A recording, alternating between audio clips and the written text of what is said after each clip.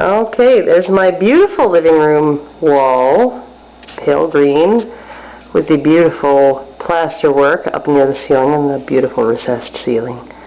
Very nice. Nice new windows. Right, all of it just nicely, beautifully repaired. All looking very good. There's my daughter, who is my helper, my partner in crime for this. She's been the one who has done almost all of the rewiring of the switches and the outlets, and has done a lot of painting. Now here is what we're dealing with. This was a huge patch in the plaster that was a gigantic bulge in the wall that I actually excavated and stripped down, and I've filled it. And this will be the third sanding, and then I will put some more on. This is actually it's on the interior wall. It's a heat register, and one of the interesting things about this house is that if we have a look, the cold air returns are under the window, and they are 10 by 14 inches, and there is just no vent cover that you can find suitable for the floor in that size, so I've had to cut inserts to fill that in a little bit. Here we look at the end of the civilized portion. Beautiful, gorgeous, you know, all nicely patched. And then we look at the patches on the existing cracks that we haven't quite gotten to repairing 100% yet. So it's a lot of these are high spots in the wall too, so they're really, really difficult to plaster over. You can't use a drywall knife the way you would normally use it, because a drywall knife is perfectly flat, and it's depending on a perfectly flat seam, and these seams are just not perfectly flat. They are high spots in the walls, and they require a lot more buildup of plaster and sanding to go on with them if you want to patch them properly. Up along here, this is similar to what was above the window over here. That's been now covered up and painted over. So above that window was something that looked like this. And yeah, all along the sides, nice big cracks. If you look here too, like all of these walls are lath and plaster, so the cracks are they're sort of a problem. And if you look at this, I've excavated this one. This has been patched at least twice before, noting the layers of plaster and paint underneath where I've sort of cut them away. But it is, if you notice the darker color under there, that is the concrete that forms the basis of the lath and plaster underneath the plaster layer, and that itself is cracked, so really you sort of need to widen it and pull out all the loose shit, and then it needs to be taped over, which is something that nobody actually did the 2 or 3 times that they patched over this particular crack. Here's another one indicative of the cracks that were sort of just what was on every single wall in this house. So yeah, it's kind of an issue to just patch these walls. Not even going to show you the kitchen because it's a nightmare. I'll just let you know, dining room ceiling fan is the ugliest thing on the face of the earth, and it will be replaced. Here we're going, I'll just show you the floor. This is hardwood, but it's only about 3/8 of an inch thick, and it really isn't worth sanding down and refinishing, so I'm just going to put laminate over top. Here we have the front entry, new light fixture with the cable wire suspended from it. It used to be stapled around the frame of the door, and when I pulled the staples out, half the wall came with it, so that all had to be patched and then painted, but that's all done. But yeah, this floor here, the subfloor is floor planks diagonally placed along the joists. They're supposed to be tongue and groove. They were not fitted together. They were just laid side by side. The tongue and groove is supposed to make the floor more rigid, and in this case they just didn't bother. I think they maybe saved, I don't know, half a dozen planks when building the house by not inserting the tongues into the grooves. And that meant that anytime anybody, the floor was really flexible, and anytime anybody stepped on the ceramic tiles in this front entry who weighed anything more than maybe 180 pounds, the tiles would crack. So I've beefed it up, and I will be putting this really nice, say, vinyl all the way through, 100% waterproof, no underlay necessary, stone look tile, tongue and groove over top of this subfloor here in this front entry and in the rear entry by the back door. So that'll be nice. Oh my God, don't even look at my kitchen. Don't even look at it. Here we have what's known as a telephone shelf or a telephone alcove, and this is where back in 1952 people would stick their telephone, and it even has a little hole here for the wire, and so that's kind of old-fashioned and nifty. It's almost always right near the front door. Not sure why that was the case back then. But people weren't expected to sit down and talk on the phone. Talking on the phone was something that you did just when you had to. So this is a master bedroom, and this is the panel with an electrical outlet built into it that accesses the plumbing for the bathtub in the upstairs bathroom. Again, the walls were completely chewed up and completely full of cracks, especially along the ceiling, along the corners. All of that had to be taped and mudded. When they pulled the old windows out and put the new ones in, half the wall came with it, and so all of the area around, I mean, there were some chunks missing under this window that were like just huge of plaster, and that all had to be filled in and repaired and patched. And there we go. There's the closet. These doors are solid wood. They're original to the house, and I've just painted them nice dark white.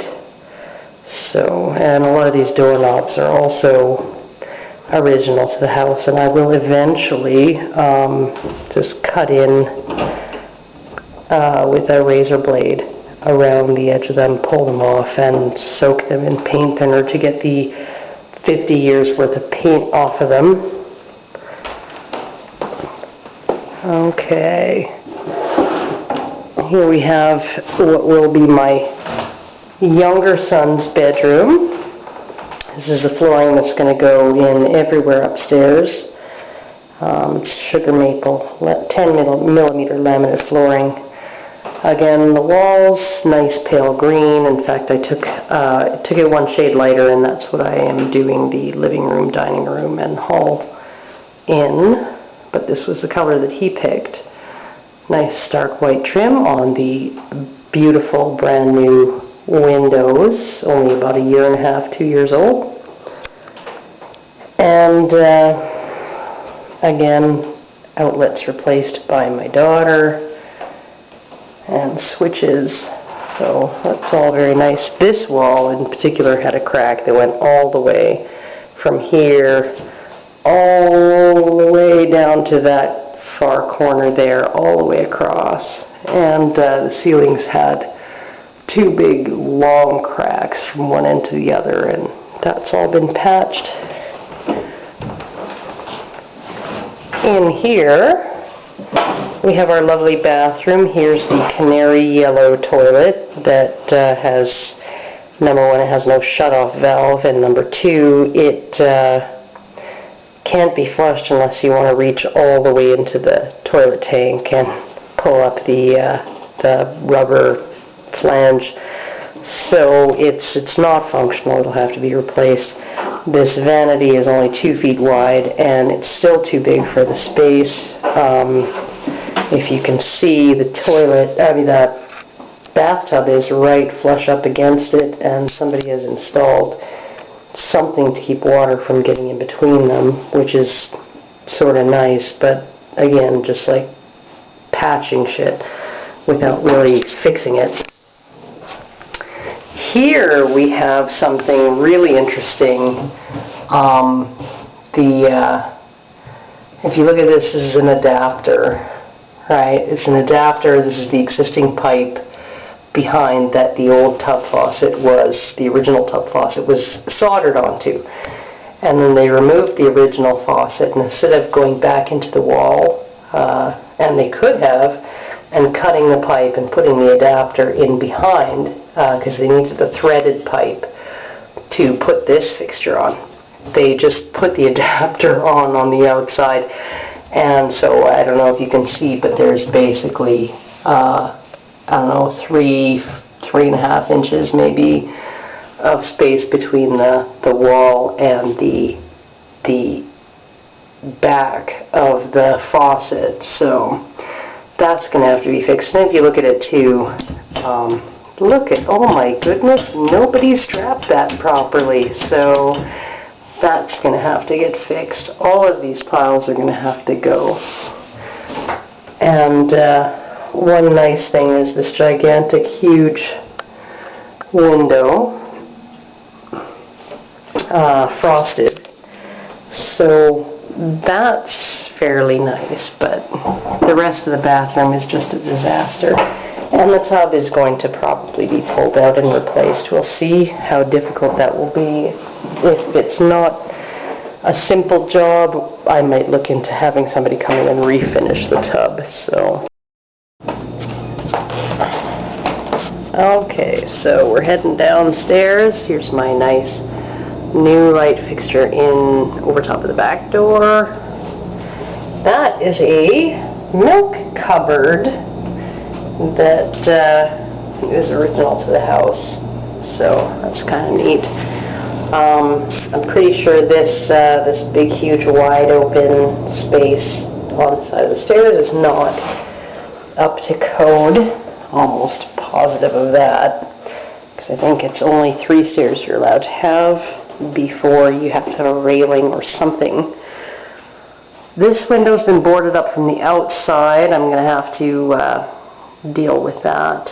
And this one is actually a nice, like all the windows down here are fairly decent size. Big enough for a kid to crawl out of, so, and sneak out of the house. This fixture I think I'm going to leave. I'm just going to put a cover over top. If you'll notice, the wire just pops out of there and goes directly into the light fixture, so not exactly the best. And if you look up here, one of those wires is hot. It's hot all the time. I'm guessing it is for a light with a chain, and when I first came into the house, it just had a cover over it, and a metal cover, and I took it off and I found these wires inside it, and I'll got a closet light with a chain that I can put on there just to basically have something on there. Here is another fluorescent fixture with no lights in it, and that is going to be removed, and all this popcorn still has to come off. All the carpets down here have been pulled out and rolled up and hauled away. This bathroom is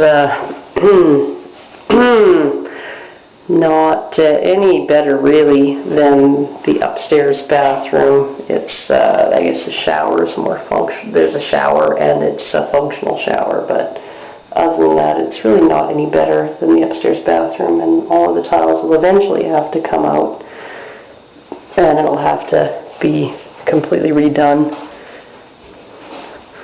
So this would be the sort of the family room, I guess, if one wanted to call it that. Over here, this shelf unit here, there's actually a support post just directly behind it. And I was thinking of knocking this wall out that divides the family room from this extremely large sort of just foyer. These shelves are just sitting here because I have nowhere else to put them at the moment, but it's a fairly large space, and if we took this particular wall out and these shelves and just left the post, it would open up the space a huge amount. In there is a very long, very deep cold room and some closets. And we go in here and we find it, if you look, this, there's been a plywood subfloor installed here. And we ripped the carpet off. And this is one fairly decent sized bedroom. And then there's this adjoining doorway with no door in it. That bookshelf was actually kind of squeezed into this doorway to separate the two rooms. And then here's another smaller bedroom with, again, a nice big window.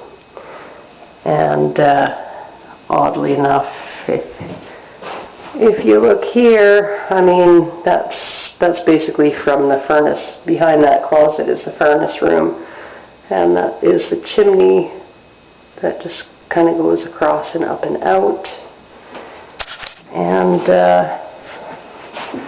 if you look here along the top, that's the natural gas pipe coming in, goes across this wall and in there, and then it then outside the door it comes out, and then it goes up and in and into the furnace room.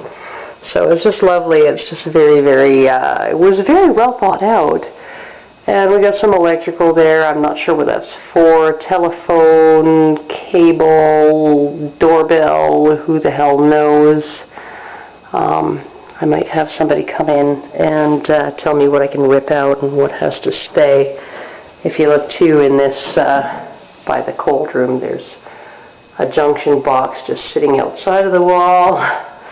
And the doorbell electrical, I believe, even though the doorbell itself has been framed over on the outside of the house. So I think I'm going to see about getting rid of that.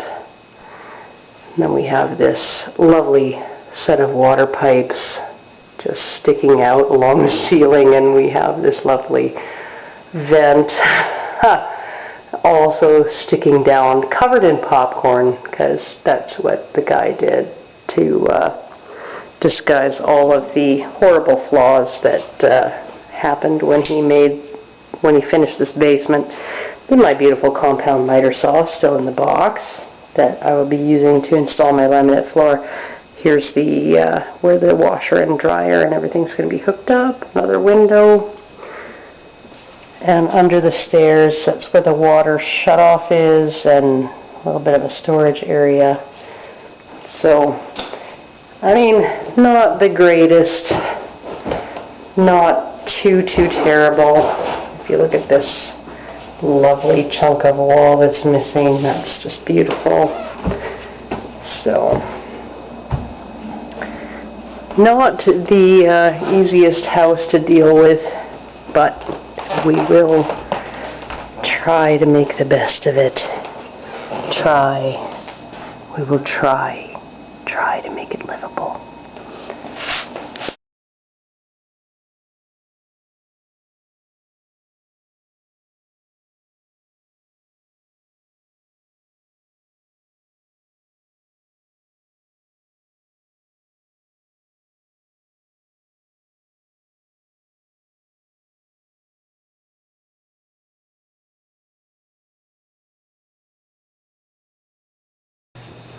Georgia!